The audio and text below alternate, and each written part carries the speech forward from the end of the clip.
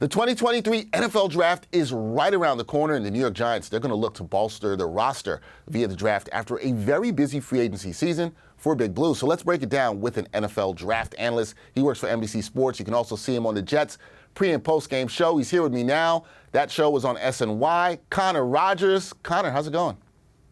I'm doing great, man. I love this time of year. It's exciting. It's also great that, the Jets and Giants not in the top 5, top 10 range of the draft this year. A little bit more creativity, a little bit of a better vibe for each franchise, I think, right now. Yeah, I like that. We could talk about the creativity around the teams. Now, before we get into the specifics with the Giants, I got to ask you, what do you think are the biggest areas or biggest needs that the Giants have heading into this draft? The obvious one is an outside wide receiver with size. You look at all the additions or the guys they've brought back that can play in the slot. They're typically undersized options. And you love that they got Darren Waller, who really is that move tight end, a true pass catcher in the middle field with size and catch radius. But you'd still like to have that at wide receiver, and everybody's been all over that, especially in the back end of round one. But this is a smaller wide receiver class. I also look at center for the Giants. This is a strong center class. It has talent at the top with a guy like John Michael Schmitz from Minnesota. Joe Tippmann has gotten a lot of love from Wisconsin as well. So I would never rule out a center at the back end of round one. They've been doing a ton of work on the cornerbacks. The problem with that is the corner class, the run on the corners is going to start early, and it's going to go often. So the Giants' needs, they do align with where there's a couple strengths of this draft, but they have a long, long wait ahead of them. All right. So you brought up a bunch of things there, and I want to get into some specifics. I want to start off first with, I think, what a lot of Giants fans want to know, which is wide receiver, right? So this offseason, you mentioned they added tight end Darren Waller via trade. They signed Paris Campbell, Jamison Crowder, and Richie James. All of that was done in free agency. Now, they got rid of Kenny Galladay, cut him, re-signed Darius Slayton. However, none of those guys, those wide receivers, are true number one target. We know the Giants, they locked up their franchise QB in Daniel Jones for 4 more years, but they still need to get him some weapons. So could we see the Giants take a wide receiver in the first round? And if so, what type of receiver could they be looking to draft?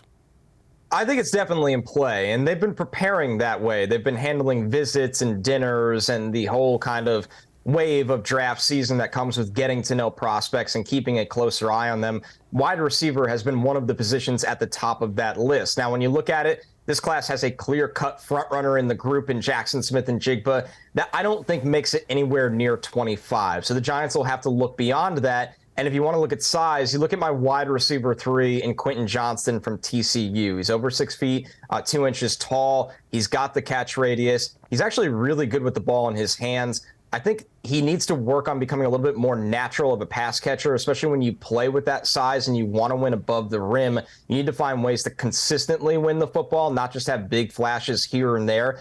But the build-up speed is phenomenal. The Giants have been doing a lot of work on Quentin Johnston. And here's the most important part. At pick 25, I think that's right in his range. So the Giants easily could look there if they want to be patient and look to solve a different position group in the first round. Round 2 does have depth, whether it's a guy like Cedric Tillman from Tennessee, who's in my top 5 wide receivers. He was banged up in 2022. He was phenomenal in 2021, what he was able to do against both Alabama and Georgia.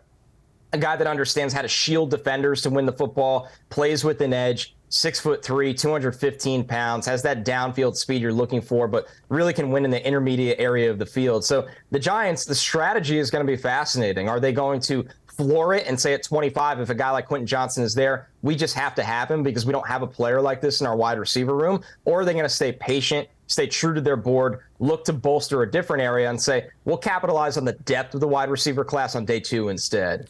So that'll be the question there. And one of the other areas, as you mentioned, that they could look to possibly bolster is cornerback. But you said that there could be a lot of guys going early with cornerback. And right now, Dory Jackson is the number 1 CB on the Giants roster. The depth has been a question at DB for Wink Martindale's defense. Could you see them adding a DB early in the draft in the first round? Or do you think they will look in later rounds to add more talent to that position group?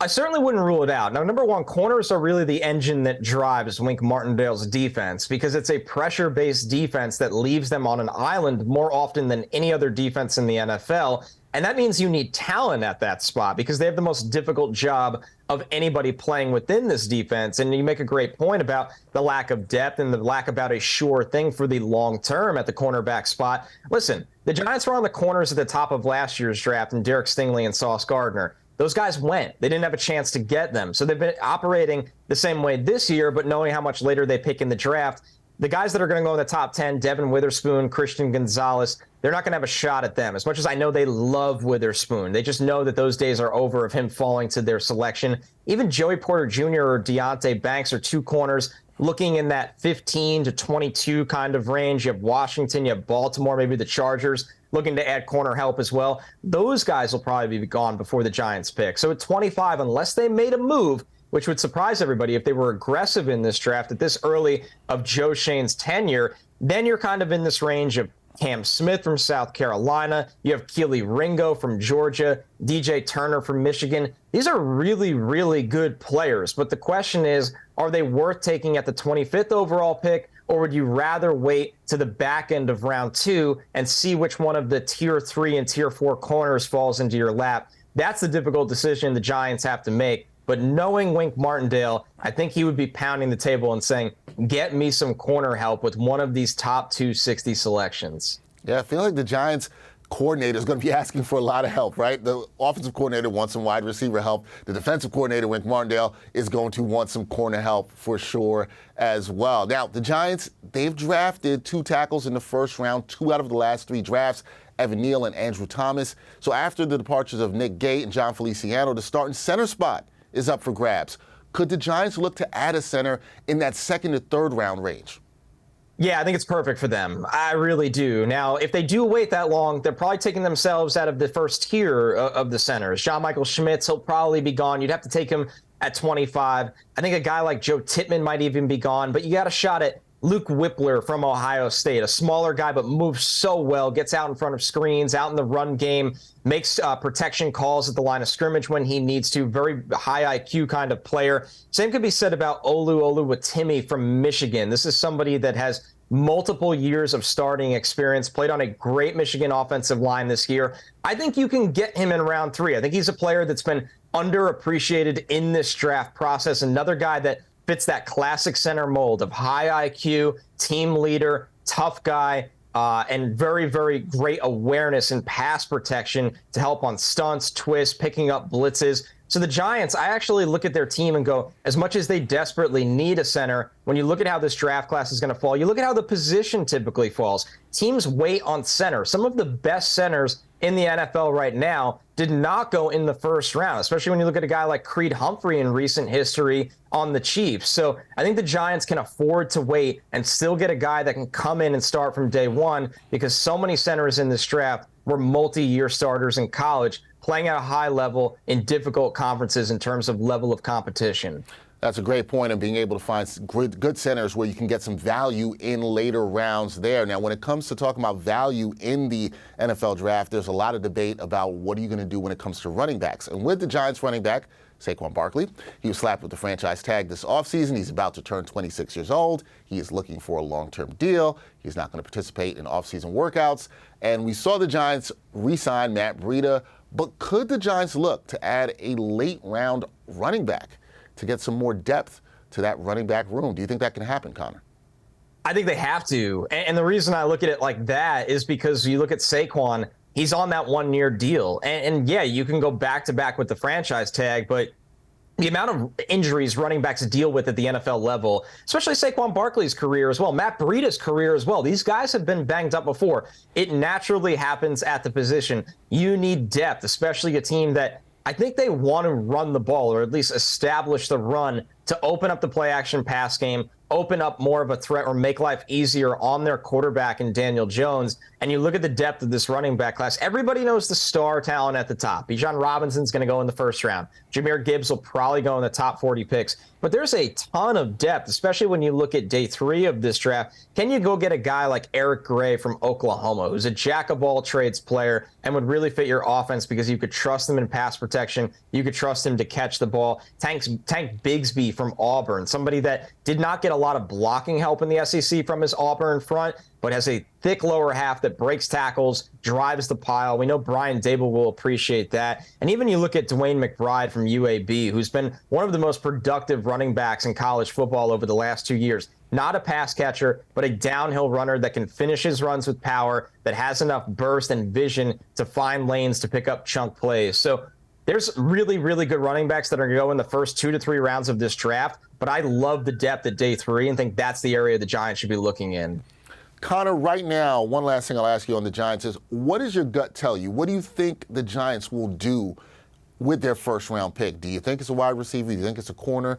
Where do you think they're leaning towards going when it comes to that? I think what's helped them specifically at wide receiver is that the NFL as a whole has cooled on this wide receiver class. We saw last year there was such urgency around the class. Drake London went 8th. Garrett Wilson, the offensive rookie of the year, went to the Jets at the end of the top 10. The Saints moved up for Chris Olave. Washington took Jahan Dotson earlier than we thought he would go. The Lions moved up for Jamison Williams. There was this arms race to go get wide receivers. Outside of Jackson Smith and Jigba, I don't see that in this class. Everybody's fixated on the corners, the quarterbacks, the offensive linemen, the pass rushers. And for the Giants, knowing wide receiver is one of their biggest needs, that might play to their advantage that at 25, they like a guy and he falls into their lap traditionally when he might not have. So I think 25, I think it'll ultimately, if Quentin Johnson is there, that makes a lot of sense. But knowing how they need to build up the trenches as well, I would never rule out the center pick at 25 if they wanted a top guy, if they saw a clear-cut guy.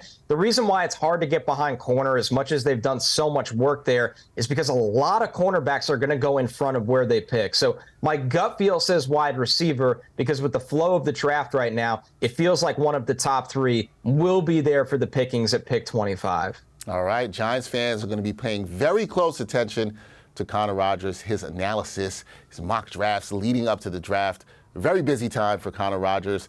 Connor, thank you for the time on the Giants. Thank you to everybody for watching this 2023 NFL Draft Preview.